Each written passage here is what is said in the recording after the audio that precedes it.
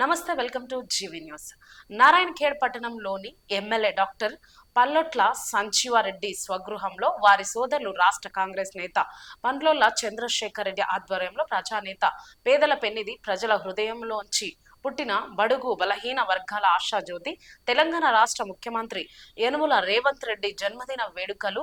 సామాన్య కార్యకర్తగా జిల్లా పరిషత్ మెంబర్గా ప్రజా ప్రస్థానం మొదలుపెట్టి రాజకీయంలో తనదైన శైలిలో అతి కొద్ది కాలంలోనే ప్రజల మనసు గెలిచిన ప్రజానాయకుడు ఎన్నో ఒడిదుడుకులను ఎదుర్కొని నేడు దేశవ్యాప్తంగా తనదైన శైలిలో తనకంటూ ఒక ముద్ర వేసుకుని రాష్ట్రాభివృద్ధి కోసం, రాష్ట్ర ప్రజల సంక్షేమం కోసం నిర్వీర్యంగా శ్రమిస్తున్నారు అని కాంగ్రెస్ నాయకులు జన్మదిన శుభాకాంక్షలు తెలియజేశారు.